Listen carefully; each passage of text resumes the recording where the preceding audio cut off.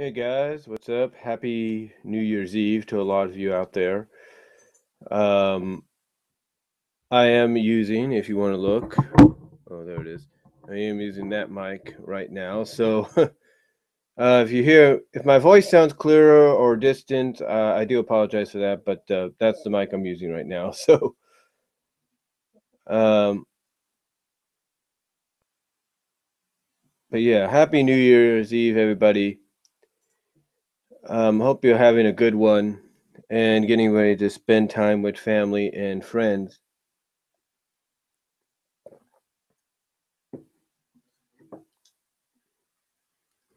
Ends this year, this night, and doing it carefully. I mean, I know a lot of us are gonna probably um, end up being a little buzzed, a little over the limit, if you know what I'm saying, depending on where you are. Uh, uh, but yeah, it's looking back, you know, I already did several kind of retrospective videos already. With the fact that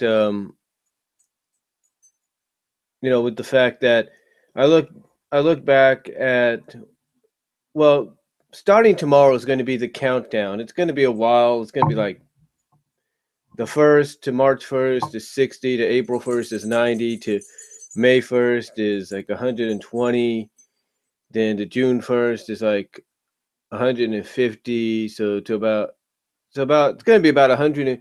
Starting tomorrow is going to be about 154 days till I officially, date wise and everything, month and date wise, celebrate a decade here on YouTube, which is amazing to me because, like I said in the one video, I got to know a lot. I got to discover a lot of things here on YouTube in this past decade that I didn't think anybody else would be intrigued in. It's like I thought I was always the only one that would be interested in that kind of, in certain things, and and stuff. And to find out in the past decade that there are others out there like me, and some that even make a living off it, is really amazing. It truly is.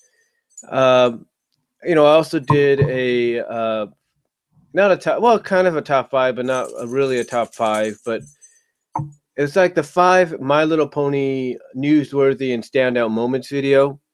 Well, basically, I talked about some of the moments that were newsworthy and stand out to not just the overall fan base of Bronies, Pegasisters, and people like me, but to anybody in general that might take an interest in the show just out of curiosity. And of course, the one I closed out that video with as sort of like being the number one newsworthy standout moment, not in kind of a top wise, but kind of like the one that got a lot of people talking, of course, was the leaks that occurred uh, over the past several months. Like the movie itself being leaked just around the same time it premiered in New York and in L.A., and then between the time frame of those premieres, and then later on, um, from a worldwide, nationwide distribution. Of course, then of course, on top of that, you had the rest of season 7 being leaked, and then to top it all off, what a way to close out the year! You have information on season 9. You have information on season 9, Generation 5, and you have about 6 to 9 episodes leaked that are partially complete. And what I mean partially is some of them are fully animated, full length, fully animated, but there's no background music, no sound, there's no sound effects, or they're partially animated and the other parts are like works in progress. Heck, you even have one episode that's audio only. So that kind of shows you exactly what kind of a year it's been for My Little Pony as far as the fan base is concerned.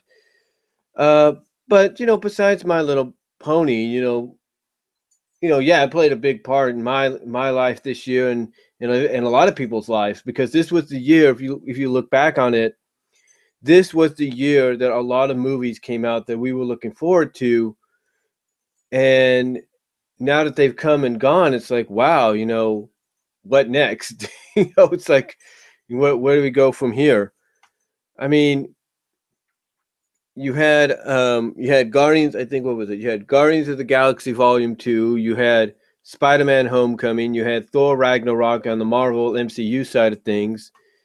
You had Wonder Woman, you had Justice League. Wonder Woman actually turned out to be DC's most successful in-theater product so far, and kind of showed that there is hope for the DCEU. But besides that, it's like nothing else. It's like nothing else really mattered.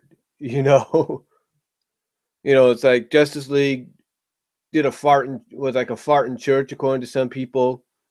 I mean, it was decent. It was all right, like towards the later parts, according to people like Angry Joe and stuff.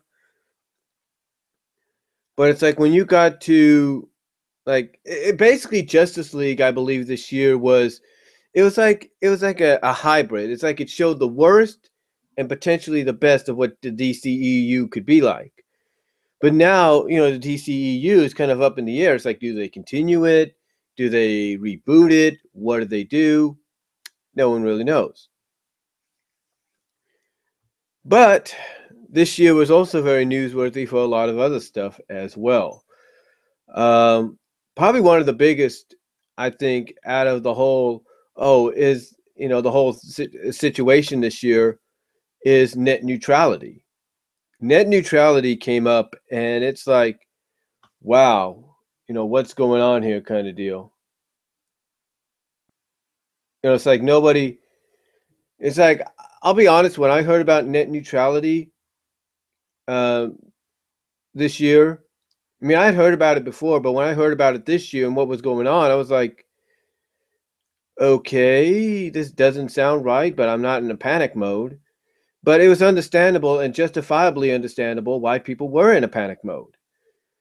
A lot of people felt that, the internet was going to change automatically overnight. It's like as soon as the FCC passed this repeal, it's like all of a sudden people were like, oh no. The next day they're going to be like, oh no, what's this? Pay $10.99 for Google. No! And that wasn't the case. I mean, that was one thing I will give them credit. They said, look, you don't have to worry. Nothing's going to change overnight. At least they expressed that. Give them credit there. But I do understand a lot of people's fears.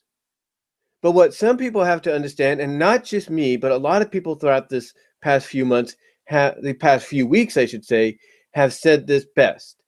This is only a vote. The FCC only voted on a plan to repeal. The vote didn't say, okay, it's finalized, make it happen. No, they voted on it.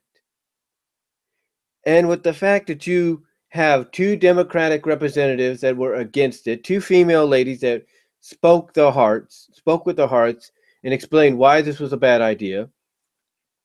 And now you have not just Democrats, but Republicans in Congress and in House, Senate and Congress are basically the same, all jumping on board of the fact that this whole repeal deal is not a good idea. This whole plan is not a good idea. You have one of the representatives, I think a Democratic representative, coming out and saying, hey, look, I'm putting up this bill that's going to help protect net neutrality. And basically, whenever something like this comes up again, net neutrality is not going to get affected or something like that. So you have that going on there. And then on top of that, you also have states coming out and saying, hey, look, we're going to do what we can to keep net neutrality going. Heck, you have about 16, 17, 20 states and more so coming together to fight against this decision, and even coming out and saying, hey, if you're not going to do something about it, our state's going to do something about it, and we're going to make sure that net neutrality is protected. That's what, they basically said that. They said, hey, we're going to make sure we do what we can to make sure people have a safe internet and not have to worry about any, situations here and there. So net neutrality believe it or not, towards the end of the year was probably one of the biggest news stories out there as far as the internet is concerned. And you can't blame anybody for feeling that way. You really can't, because it's like what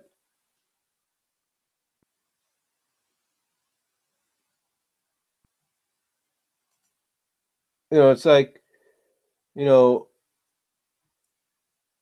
it's like, what's the point? Why do you want to do this? Why all of a sudden do you want to repel this? And a lot of people pretty much said that Ajit Pai is on the take. Him and his fellow Republicans are on the take. And I don't think that's a far assumption. I mean, come on, let's be honest. Anybody is on the take sometimes. We all know politicians are on the take. Whether they're fighting for us or they're not, they are on the take. They will do whatever comes their way. It's like, oh, they will do whatever, comes their way. It's like, oh, well, we don't have to worry about that and everything. So it's like, okay, whatever.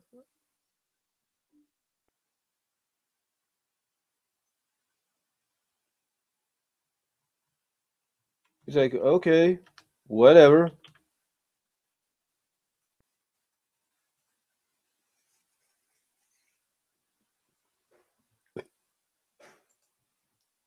It's just net neutrality, like I said, it is a big deal. Don't get me wrong about that. It is definitely a big deal. Hold on. But hold on for a second. It is a big deal. Don't get me wrong about that. It is a big deal. Uh, but the fact that you have now basically a lot of people, states, governments. In fact, even the senator of California made a video and saying, "Hey, I'm going to make sure this occurs. I'm going to make sure that we're protected." And a lot of people come out and say, "Well, how is this possible?" Well, again, it goes back to the fact that this is a vote. What happened on the 14th was a vote, nothing official. Nothing officially occurred. It's only a vote. And basically what that means is states still have time to implement their own net neutrality rules, saying, hey, everybody, basically saying, hey, everybody else or some other states, whatever, may have to follow these new rules. We're not going to, because we're doing it the way it should. We're going to keep it the way it should be. And, now you have, Comcast in a legal situation. You have AT&T in a legal situation because of the fact, okay, AT&T everybody knows about because of this whole thing with the FTC, whatever. Comcast now is in a situation to where it's like they're being accused of charging people for fees and stuff that they never asked for. And it's probably not, and sure, it's in certain states that they point this out in, or that this occurred in, but just because it may have occurred in just a few states or one state or whatever, it's a bad look for any, ISP provider, because it's like, here you're trying to, police, you're trying to regulate the internet and try to say, hey, we're going to make it better and everything. We'll make it more improved and more innovative and all that. But yet now you're suddenly putting the spotlight for something that may basically go against you and make people distrust you in anything you say. So, where's the, it's like, where's the evidence for Comcast in that? A lot, but based on evidence and but where's the support for Comcast in that? See, Comcast, AT&T, Verizon, whoever, Cablevision, CenturyLink, anybody that supports the repeal of net neutrality, basically are basically putting themselves in the corner, and they're trying to fight a fight they can't win. Because there's going to be so much stuff that's going to come out in the next year or so, not just with AT&T, not just like with AT&T currently or Comcast most recently and currently, but you got Verizon that's already, kind of like under the light, if you want, under the suspect light, because of their connection with IG Pi. You've got, you got CenturyLink that could be brought in for questioning for whatever they've done. Secrets about them could come out. Cablevision, the same thing. I mean, I guess in a sense, when you think about it, and I'm going to try to close this, so I don't want to ramble on in neutrality too much, but when you think about it, from their perspective, maybe they believe they're doing is right, but then on the other hand, but what they're not doing is seeing it from our perspective. They're not seeing it from the perspective of those that are saying, no, this is not a good idea. They're just seeing it from, if we take control, we can innovate. And now some people might accuse that of being, accuse the people being in charge, the overall people in charge, as being the ones behind this, and that they're not with the times. They don't have an understanding. Like maybe they're behind on the times. That could be brought into question, but we're not really sure yet.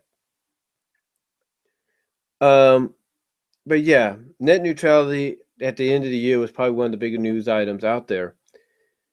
One of the bigger news items, though, I think, to come out of 2017 is Trump himself.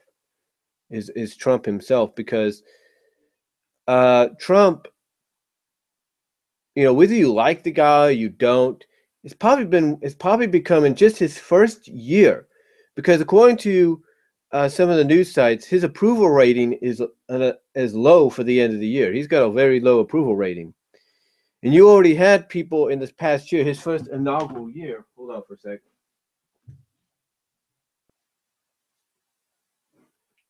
You had people in his inaugural year basically saying talking about and saying, hey, let's impeach the guy. Let's get this guy out of here. And what they have to understand is the person that would take his place would be Pence. But then again, if Pence is under the same spotlight, who knows? But yeah, Trump, I think made history that in his first year as president has become the most controversial leader we've ever had. Probably the most controversial, because some of the things that Trump has said either has set right with people and has made sense and has lit a fire under people to where they just don't want the guy around. And it's like, I don't think you can blame anybody for having a mixed reaction to him. But here's why I think he's become the most controversial. Because he's a president that's not afraid, whether we agree with it or we don't. He's a president that's not afraid to say what's on his mind, to say what he believes is true. Is not afraid to get things done when necessary, whether or not we agree it's for the betterment of the country or it's not. A lot of people are talking about this whole tax reform and how it's going to help us. Yeah, right now it's going to help us. There's no doubt about it. But a lot of people are pointing out the fact that, yeah, it starts out great, but as the years go on, it's going to get worse. It's like it's going to benefit us now, but in the years go on, it's going to benefit the rich. And, it's like, okay, maybe. But right now, this is something that no other president has ever done. They've been approached about, they've been talked about, they've never done. Here's a president that's gone and done it. And again, just like some of the other decisions he's made, he's been brought under fire because of it. Because here's the thing, a lot of people in this country, and I'm not trying to say this to be humorous or anything, but a lot of people have been burned by too many politicians, too many political leaders, too many presidents. They have been burned by them and lied to, and they are just sick and tired of it. They want a president that will do what they want when they want, do what they want, do how they say, and no questions asked. They want a president that, let's say, they say, okay, President so-and-so, strip naked and dive into an icy pool. They want that kind of president that will go strip naked. Whee! They want that. They want a president that does what they say, when they say, and how they say. But the problem is, we do get presidents that do that, but we get presidents sometimes that in their minds believe they're doing what's best for the country. One of the biggest controversial situations just recently in the past month or so that Trump has done that's brought him really under fire, not just here in the United States, but in Jerusalem, in the Middle East, is when or in Israel and all that, is when he made Jerusalem the new home of the U.S. Embassy. When he made Jerusalem the capital of Israel. Or when he announced that. And it's like, a lot of people brought him under fire about this. I mean, there was a lot of people that were happy about it, but there were some that brought him under fire. If not a lot, brought him under fire. And here's why. From a religious standpoint, and being a born-again Christian that I am, from a religious standpoint, and I've always believed this, even through this year, there's a lot of people that read the Bible, read what it says, read basically the prophecies, go all the way to Revelations and read that and see and read what's to come. And there's a lot of these people that, whether they, there's a lot of these people that will judge Trump, put him under fire and all that will cause trouble and all that because of Trump being in office and him making a decision like the Jerusalem deal. Because when they look at Revelations in the Bible, to them, that is as real as it's going to get. Whether they believe in it or whether they believe in God or they don't, when they read that, that's as believable as it's going to get. That's as real as it's going to get. And there's a lot of them that's like, no, I don't want this. I don't want what this says. I don't want to go through this. I don't want to have to go through 7 years of heck and either be judged whether or not I'm going to go up or I'm going to go down. They don't want that. And there's a lot of people that read that feel that, okay, let's say this all comes to pass. What are we going to do? Be so perfect? Or it's like, basically that's how people are. People will look at that and be like, oh, well, what does this God of yours want us to do? Be perfect to where if somebody punches us, well, we're like, oh, that's okay. Bless you. Bless you. Bless you. Oh, may God be with you. It's like, that's how people are. And I'm not trying to be so judgmental or anything, but from my own perspective, that's how a lot of people are. They are afraid that if what comes to pass, and it will come to pass, that's what's described in Revelations of the Bible, in the book of Revelations in the Bible, that when that comes to pass, they're afraid they're going to have to be perfect. They're going to have to be so nice, even to those that steal from them. And it's like, why? That's the question. Is why? Why do we have to be like this? Why do we? To them, they. I know I'm ranting and rambling here. I do apologize. But overall, to them, it's like they are rebelling. When Trump made this decision, whether you agreed with it or not, the people in Jerusalem, they rebelled against this. The people that rebel against this here in the States and in other countries, they're rebelling against it because they know the truth. They know the truth that's in the Bible and in the book of Revelations. And they know that if that comes to pass, and it will, that they are trying their best to prevent it from happening. They are trying their best. They are trying their best to try to disrupt that. That's why they're upset, because they know this is another step that in a way is prophesied in the Bible. This is another step, and they don't want to. And they feel if they slow the steps down and prevent other horrific events from happening, that they're not going to have to deal with what is prophesied in that Bible anytime soon. But you know what, look, guys? But you know what, folks? People out there can slow it down as much as they can, do whatever they can to try to slow it down, prevent certain events from happening. But guess what? It's all going to be for naught. It's all going to be for naught. Because one day you're going to hear, as my pastor put it this morning, you're going to hear the trumpets play, and that's going to be a signal. And whether you like it or not, it's going to happen.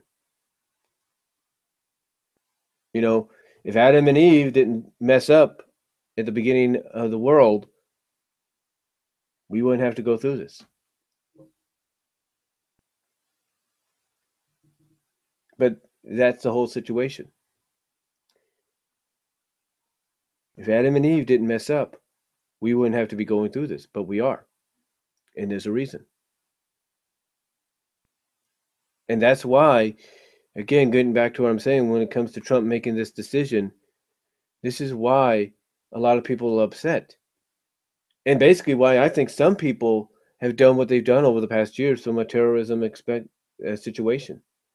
Whether it's in this country or outside this country or in other countries. The reason they've done it, I think in my opinion, is it the belief factor. Some of them, they do it because I believe, in my opinion, they're trying to challenge God. They're trying to challenge the Lord above and say, hey, look what I'm doing. Come down and do it. Come down and stop me. That's what they're saying. They're saying, hey, you don't want me to do this? Come down and stop me. They're challenging him. And all they know, is by doing this, they're being proven right, but in reality, they're being proven wrong. That's what's happening. That's what this whole thing is. It's a religious battle. That's when Trump made the decision he did about Jerusalem, it just intensified that controversy about him and that disdain people have for him, whether it's here in the country, our own country, or out of country. Because of the fact that this, again, is another step in prophecy that nobody wants to acknowledge. Because they know the more closer certain prolific events occur, or the more certain prolific events occur, the more the time's going to come. That time's coming where the rapture is going to happen, the 7 years of tribulation is going to happen, the New Jerusalem's going to happen. They know that. And they don't want that to happen. And that's why you have certain situations. That's why you had the controversy and the anger people have had towards Trump. Now, look, I'm not saying Trump's a perfect president. God knows that. No president that God has put into the Oval Office, God himself, not just us, but God himself has put in the Oval Office, has been perfect. No president that he's put in the Russian office, no president he's put in the capital of Russia has ever been perfect. No king or queen that he's ever put on the thrones in England have been perfect. No leader, no matter what country you live in, is perfect. Every leader, whether you like them or you don't, is going to make controversial decisions.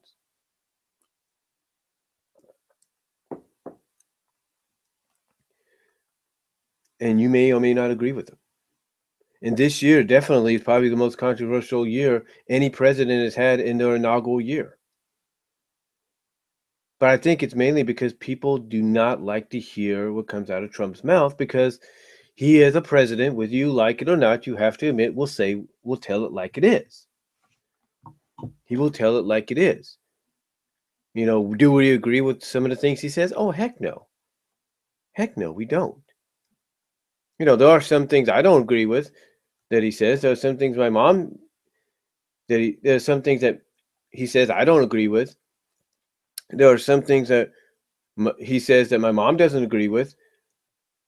But the only reason he was voted in was, one, he's a celebrity. That's one reason. And two, because even if you take the celebrity status away, he's also somebody that tells it like it is. And I don't think people like that. People don't like the fact that here's somebody that's going to tell you like it is. Someone that's going to say, is going to fire back at you and say, oh, well, you don't think this? Well, what about this? What about that? How do you explain this? They don't like it. And look, I'm not blaming people for not liking Trump. Look, it's your choice. You don't want to support Trump. You want to believe he should be impeached. Hey, more power to you. But to say that Trump this year has made history by being the most controversial president in his first inaugural year is saying something. It really is. I mean, heck, you got people siding with his wife over him because they feel that's an unhealthy marriage. But let me ask you this. Last year, when Obama was president, or in the past several years, when Obama and the Clinton and the Bushes were presidents, when the presidential seats, did they ever participate in NORAD tracking Santa? Did they? Because if they did it, I think, in their inaugural years. But did they? I can't remember. I do know for a fact that this year, whether you like the guy or you don't, him and his wife participated in it.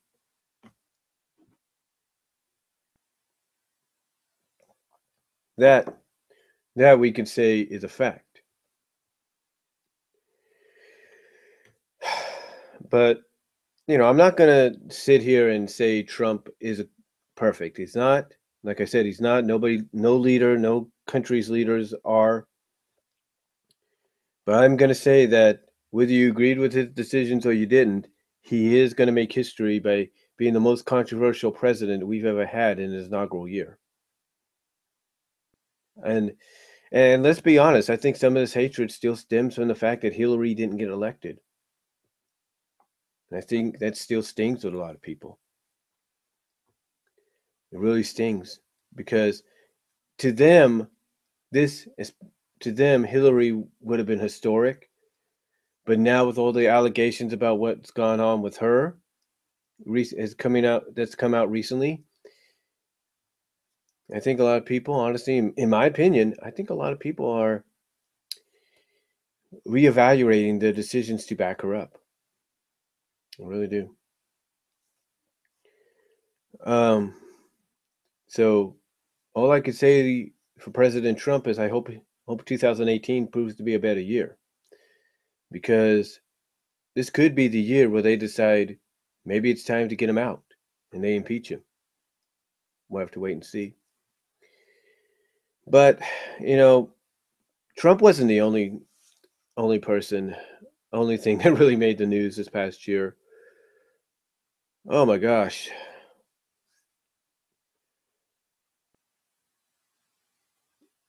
The world of Hollywood really got hit this year. And I'm not just talking about those that we lost, but I'm talking about a lot of allegations, sexual allegations of sexual harassment and misconduct. Wow. I don't know what to say. I mean, the fact that you had a lot of celebrities being targeted, from Spacey to Matt Lauer to, people being not targeted just for harassment, not for. Hold on for a sec.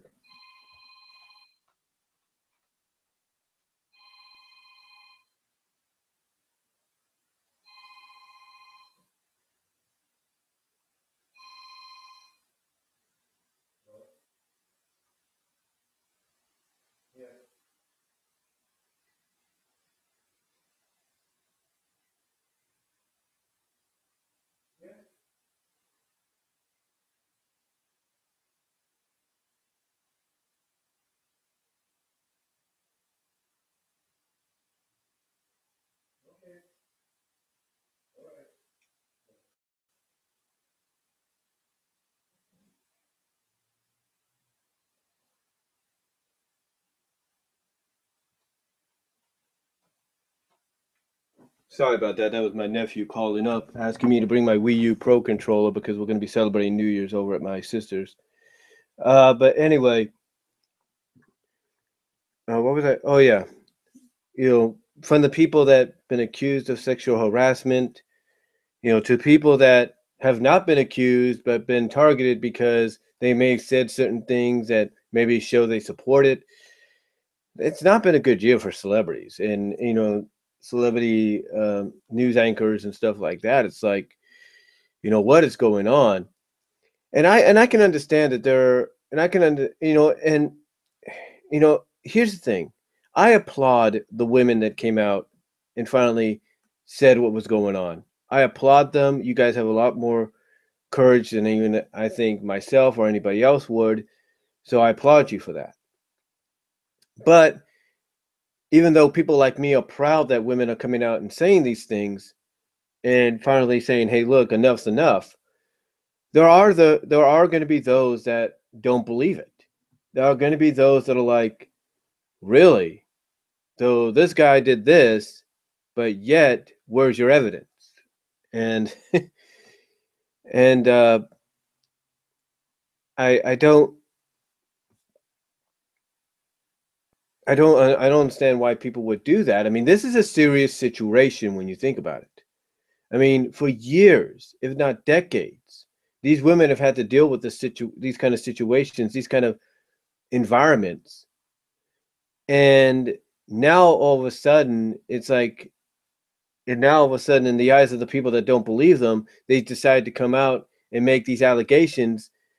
And yeah, a lot of those people that are kind of questionable about these allegations that these women are throwing out, true, they get proven wrong when even the people that get accused of these allegations come out and admit the truth. So, yeah, despite the fact that a lot of folks, including myself, are proud of the 7 women or how many women are out there that have said, "Hey, look, enough's enough," there are still going to be a group of people that don't believe them. I mean, heck, there are a group of people that don't believe what happened with Lauer, even though Lauer has come out and said, "Hey, look, I'm sorry for what I've done." And you know why people don't believe a lot of what Matt Lauer is being accused of, even though he's come out and apologized for it and admitted it? It's because of the new anchor that's come on board at Today. The anchor that's gotten her own show on Today. In fact, yeah, Megyn Kelly. Megyn Kelly. She's the one that got her own show. She took basically the the third hour of Today, which used to be Today's Take, and she's turned it into Today with Megyn Kelly, a 9 o'clock talk show. So, and not a lot of people were happy about that because here was this lady that came from Fox News that I guess had some baggage or something. I don't really know. And nobody trusted her. And they don't know why NBC brought her on. And now all of a sudden, since they brought her on, now she's taken over the third hour Today, which was Today's Take. And now she's just hosting it by herself. And those that don't believe all the allegations that Matt Lauer is getting, even though he's come out and admitted of what he's done, and is admitted and it's come out and said he's ashamed, he's sorry and ashamed for what he's done. There are still people that believe that whoever came out and accused him of doing it may have also gotten help from Megyn Kelly. Because a lot of people don't, because here's what a lot of people fear. A lot of people feel that eventually Megyn Kelly is going to take Matt's spot on the show. But right now it looks like it's going to be Hoda. And Hoda, I think, is a better choice if you don't like Megyn Kelly. But that's what a lot of people are fearful of. They don't trust Megyn Kelly, especially now with what's happened with Matt Lauer. But the point is, you know, this year, as far as celebrities go, has not been a good year when it comes to allegations. It has not been. And to say 2018 might be an improvement over this year, I can't really say. Uh, I can't really say, but all I know is um, Megyn Kelly is. How do I put this? Megyn Kelly is going to have to really show and prove to everyone that she's not in it for herself. And if she doesn't want the spotlight on her because of what's happened with Matt, then she's going to have to prove everybody wrong. In other words, if let's say NBC offers her to sit by Savannah, she's got to say, no, I'm not going to do that. So, but yeah, as far as celebrities go, it's it's not been a good year. And it's not also been a good year, like I said moments ago, as far as those that we lost in the celebrity world.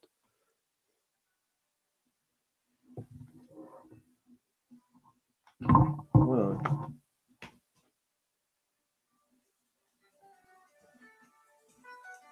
be right back. Hello? Yeah? She's at church. I'm at home. She's going to come back here and get me.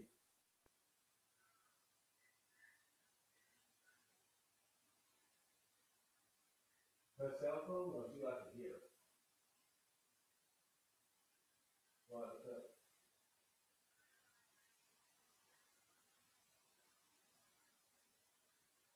all right, let's start here. We'll be there in 5 minutes.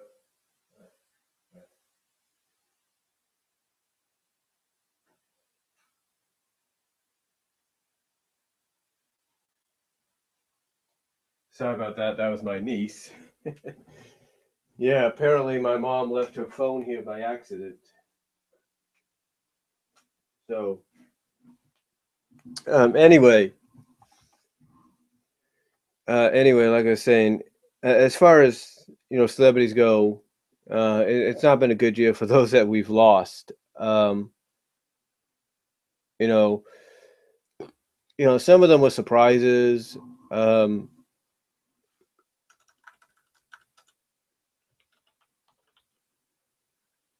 some of them, like I said, were surprises, and here we go.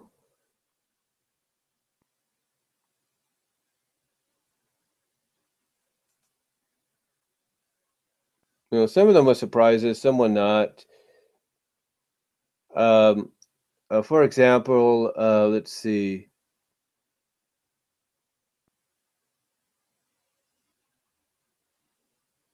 Yeah, Gene Seren, who died this year, who's the last astronaut to walk on the moon and returned with the message of peace and hope for all mankind. You had John Hurt passed away, who did Midnight Express, The Elephant Man, and Alien. One of the biggest ones this year was Mary Tyler Moore. Um, that was a surprise. You had Richard Hatch, who starred in Battlestar Galactica and the remake on Sci-Fi. You had Bill Paxton, who appeared in Apollo 13, Twister, and Titanic. You had Joseph Rampern, who presided over the People's Court. You had Robert Osborne, who was a respected film historian and gleeful host of Turner Classic Movies for 2 decades, or more than 2 decades. Jonah Sledge, who who was part of the Sledge Sisters and was the song "We Are Family." She's gone. Chuck Berry, who was a blues singer, groundbreaking blues singer. Was the father of rock and roll. He left.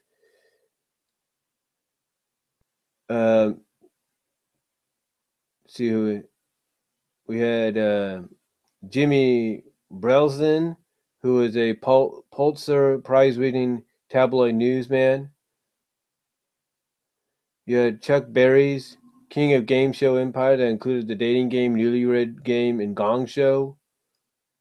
Don Rickles, which was a surprise a little bit.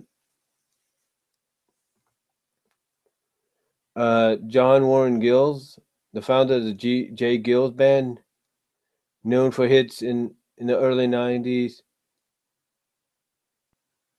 90s with Love Stinks and Freeze Phase. I guess that was the early 90s. You had Eddie Murphy's brother, Charles Murphy, who was a co-star on The Chappelle Show. You had Aaron Moran, who was known as Joni in Happy Days. You had Powers Booth, Brad Gray.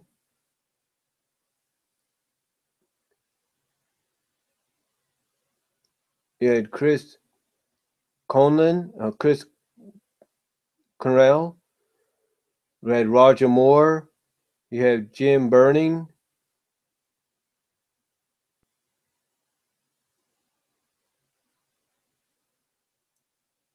You have, I can't pronounce his name. You have Greg Allman of the Allman Brothers. Frank Dearford. You had Glenn Headley, who was in Dick Tracy and Dirty Rotten Scoundrels. Adam West, who was famous for Batman. Stephen Furst, who played the glueless fraternity pledge in the comedy classic Animal House. Martin Landau, that was a surprise. Who, of course, is known for the original Mission Impossible and won an Oscar for his portrayal as horror movie icon Bela Lugosi in Ed Wood.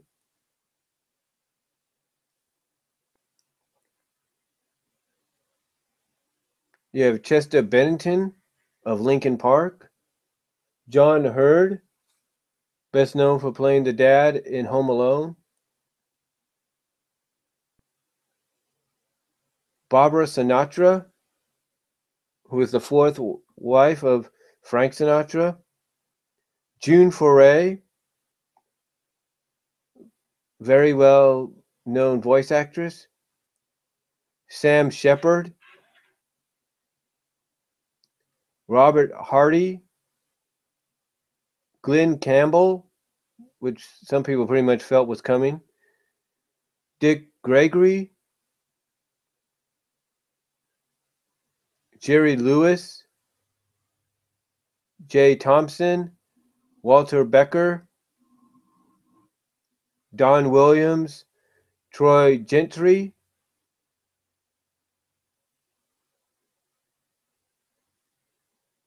Edith Winslow.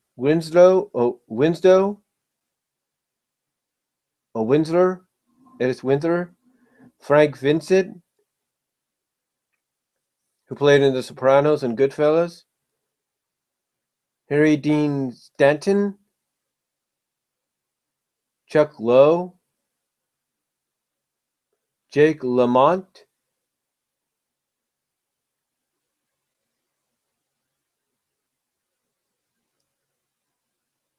Bernie Casey. Charles Bradley. Hugh Hefner, which was a big one. Monty Hall, host of Let's Make a Deal. Tom Petty, which was a surprise. Ralphie May of Last Comic Standing. Y.A. Titler, Y.A. Titler, Roy Dotrice, or Roy Dotrice, known for his roles in Amadeus and Game of Thrones. Fats Domino, Robert Goulet, who played Rafiki. Dick Gordon, Roy Halladay, which was a surprise there.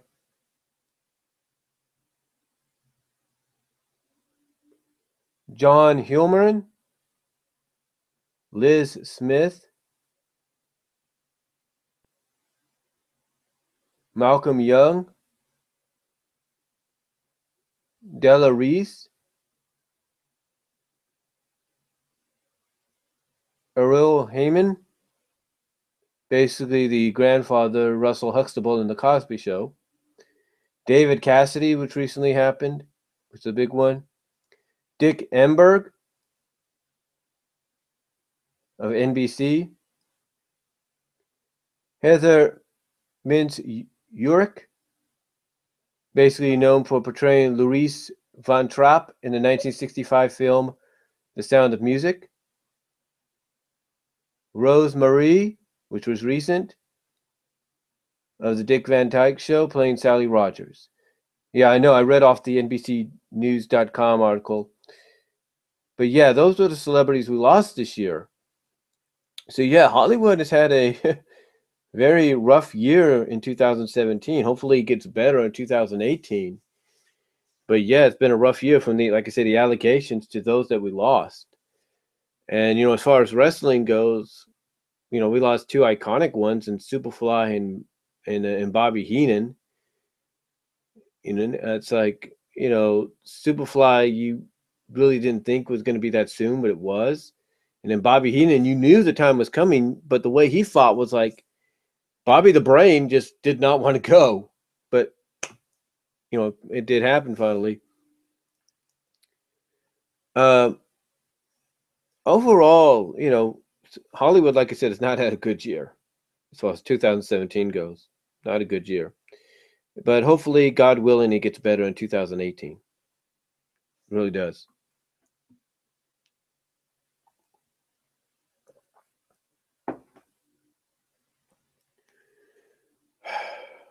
What else? Oh, yeah.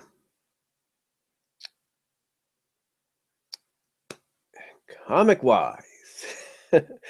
I know some of you want me to talk about this. Yeah. This was the year that Archie Comics announced that it was no longer publishing Sonic the Hedgehog comic books, that its deal with Sega was over. And what's funny is the last comic I got from them was at the beginning of the year. I think it was 289 or 290. It's part of the whole Genesis of a Hero deal.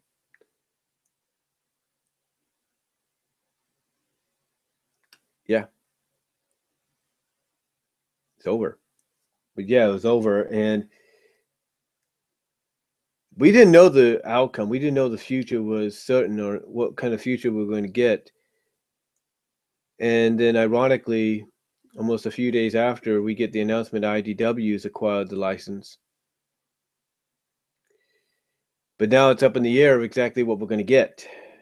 Ian has pretty much come out and said that some of the characters he's created for the Archie book are not coming back.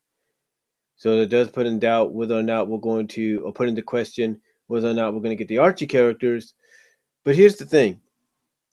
Ian may say that his characters are not coming back when it comes to the Archie book that he created, but that doesn't mean the characters of Sally, Rhoda, Bunny, and Antoine won't come back. Because you know why? They've been so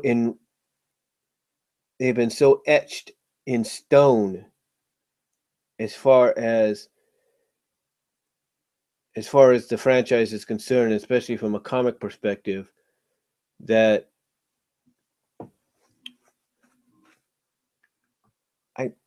honestly think they're going to be there. They may not come out the way we hope they would. They may not appear the way we would hope they appear, but I believe they're going to be there because I think Ian would be crazy. Would be crazy not to include them in the comic when it begins its IDW run in April. He'd have to be crazy not to do that. So I truly believe, I think they're going to be there, but they're not going to be there like right off the bat, but they'll be there. I feel that. I think Chris Rael knows that he needs to bring those characters in or have Ian bring those characters in because you don't have a Sonic comic if you don't bring those characters in. You know what I'm saying?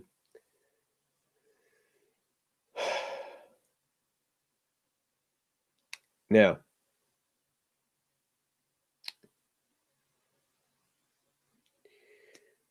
speaking of Archie Comics, I want to show you guys something while I got you here. Recently, I got this in the mail. It says, to Brian Walmer, a current resident. Or current resident. So yeah, the Sonic comic was the last thing I got from them as far as that comic goes. But I guess Archie Comics decides, hey, we can make it up to you. Look what we're going to give you and kind of renew your subscription to. New Crusaders.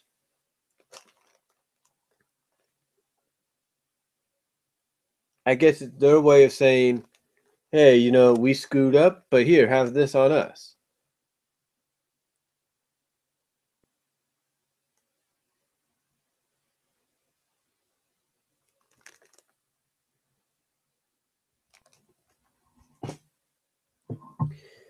Yeah.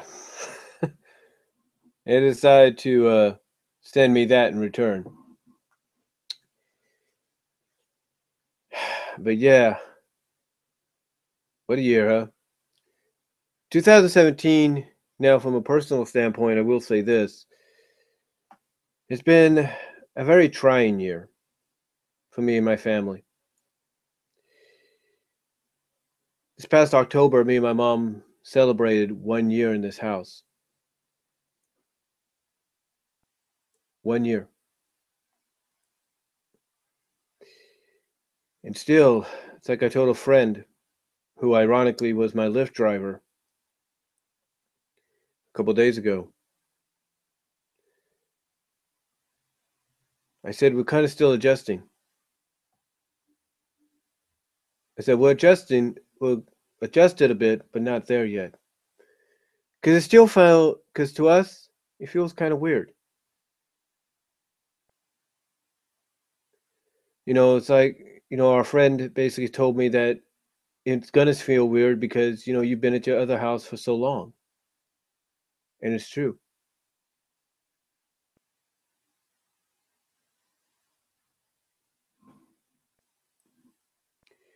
But still, even after a year, we're still adjusting a bit.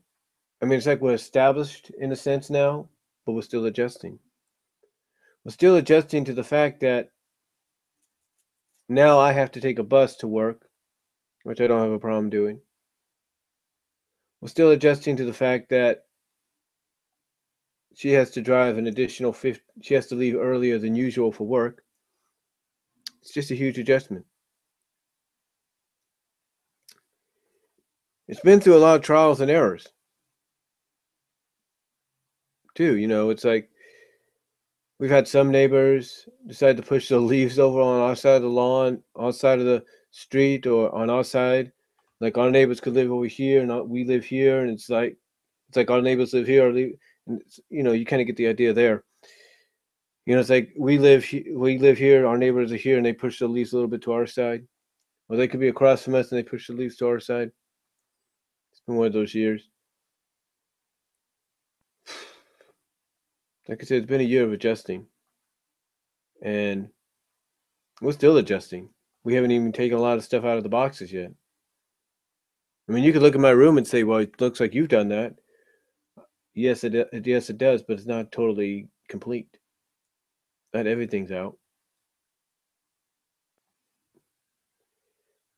But yeah, it's been a huge year for a lot of us. For me, as far as my job goes, I feel it's my most proactive year I've had. I mean, true, I've slipped up several times this year.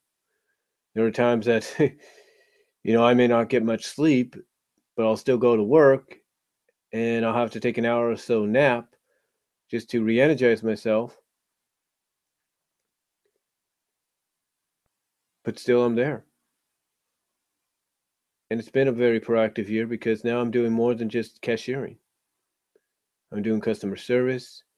I'm helping out with OGP, which is site to store and layaway. Of course, I'm going back to doing cart. Of course, I go back to do carts at times when they need me to. I just feel that I'm just this close to achieving one minor goal, and that's to be a backup customer service manager, a CSM. Someone that takes charge or is in charge while the other is either at lunch or on break. It may not mean much to a lot of people, but to me it's a big deal. And I hope to achieve that. Just get the opportunity to do it because I know pretty much what to do. I mean, heck, a couple of times this past week, they would have me go with them into the money office. The CSMs would have me go in there with them in the money office, scan my hand, help them load the money, help them move the money out, and I would do it like heck. I've done it all the time, and I would do it just as well as they would. Like I've always been a CSM, but I'm not. But yeah, I've had probably my most proactive year. I've had potential.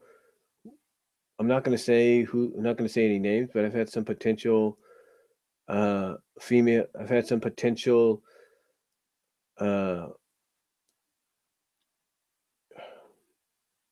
opportunities, if you will, at that store from a personal standpoint. But I don't take any chances because I never know if they have a boyfriend or a husband.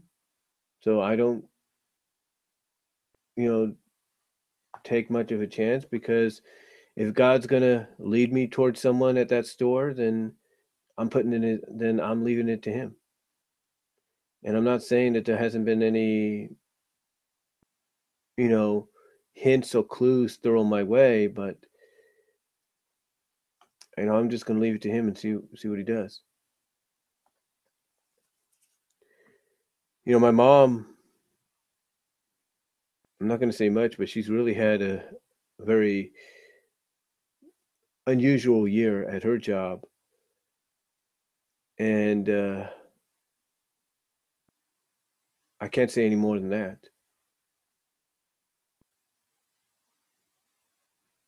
Can't say any more than that because what because that unusualness, hopefully I pray is gonna straighten itself out next year. She believes it will.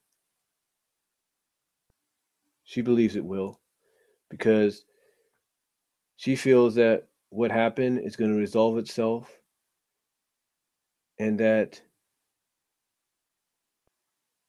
the center of this problem, the centerpiece of this unusual behavior, this unusual problem,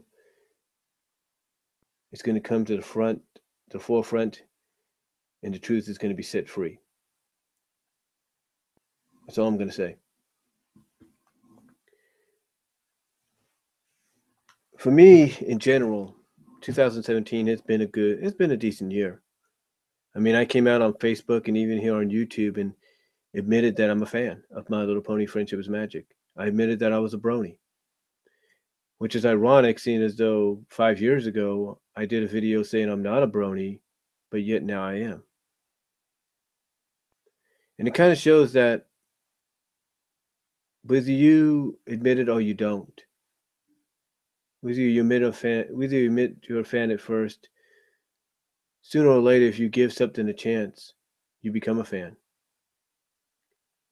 And whether you watch a said show on a religious basis, weekly basis, or you watch it when you can, or you just hear it from word of mouth and then you take a glance, you'll be surprised about what happens. I mean, take a look behind me. Take a look behind me. Did you ever think I would have that in my room alongside this? No, you didn't. Look up there. Let me just try to turn this real quickly. Did you think I would have any one of those? Think I'd have those? No. No. Nobody did. Not even I. But this year has been a huge year. I mean, heck, if you take a look at my MLP collection update videos, on boxing videos, whatever, you'll see that I've become that my love for this show, my love for this new generation that has basically crossed and transcended all genders and ages and borders and stuff like that. It's really amazing. And this year, for me, marks the first time I've ever seen a movie on my own. This year, on opening day, I went and saw My Little Pony the movie. I took a bus, I went down there, I saw it, and I enjoyed it. You can see that journey here on my YouTube channel. The fact that something that originally I had respect for and said, hey, it's good, but I'm not a brony, to suddenly years later to come out and say, yes, I am. Yes, I've become one. Ironically, I've become one, and here's why. Honestly, I'm not ashamed of it. I mean, yeah, my family still teases me at times. I mean, heck, yesterday my mom picked me up from work. She looked in my bag and said, "Oh, what did you get?" And then she saw some of the books and magazines I got, and then she saw the Twilight and Rainbow Dash plushie, and she's like, "Oh, of course," because I think when families honestly still tease us about it, but not as much as they used to, it's because it's still kind of a support. They're still trying to adjust to the fact that, wow, this show has had that big of an impact. It's kind of like when someone like my older sister goes out and watches Steven Universe or Adventure Time on Cartoon Network. You think, well, that's a cartoon that's meant for kids. Yeah, but look at the morals. Look at the lessons. Look at the moments, the characterizations, the developments. Look what they're touching upon. So, yeah, it's a surprise. I mean, heck, this year alone, I bought myself a pony T-shirt, in time for the movie, and then my nephew ends up getting me a pony T-shirt. And then my sister ends up getting me a Kohl's exclusive for the movie that has Tempest Shadow, which is similar to the Pirate collection I got. Yeah. This definitely turned out to be the year where I officially just came to be as a fan. And I know some people would say you're a little late. Not really, because I've been following the series, but like a lot of people that was unsure about it at first, it was a gradual growth towards being a fan. Like, I'll watch it, keep it a chance, see what happens, and then slowly but surely, before you knew it, there you go. Yeah. So yeah, it's been that kind of a year. Um, I don't, I'm still a Transformers fan. I mean, heck, I bought the Transformers last night. So what does that tell you? This has been a year where I've increased my Blu-ray collection as well, my DVD collection. You know, so I've had the opportunity to do that. Really, really, it's been an all right year for me. I mean, yeah, it's still kind of transitional for me, like my mom, to adjust to where we're living now. But I think as time goes on and we get into more years here, I think we'll be okay. Um, Yeah, just again, it's just been a year of overall. Besides all that, it's been a year of adjustment. It's been a year of change. Been a year of positive proactiveness at my job, unusualness at my mom's job, stuff like that. It's been a controversial year as far as politics are concerned and decisions being made as far as the internet being concerned. It's been just one of the most controversial, prolific, proactive years I think we've ever had. And if 2017 is going out like this, hopefully on a good note tonight, which I hope you all will be safe, we can only imagine what 2018 is going to be like. And is it just me, or did this year go way too fast? Because I think it did. And as far as wrestling is concerned, it wasn't WWE's best year, but they showed signs of improvement. Hopefully 2018 can be better. 2017 definitely showed that the rise of the independent promotions is there. The outside promotions that could counterculture WWE is there, like New Japan, AAA's Lucha Underground, Ring of Honor. Impact Wrestling has gone through an adjusting year, but I think kind of shows signs that 2018 may be the year they try to bounce back. Yeah, just a huge change. Just a not a huge change, but it's just been one of those years. Like I said, it's been controversial, proactive, active.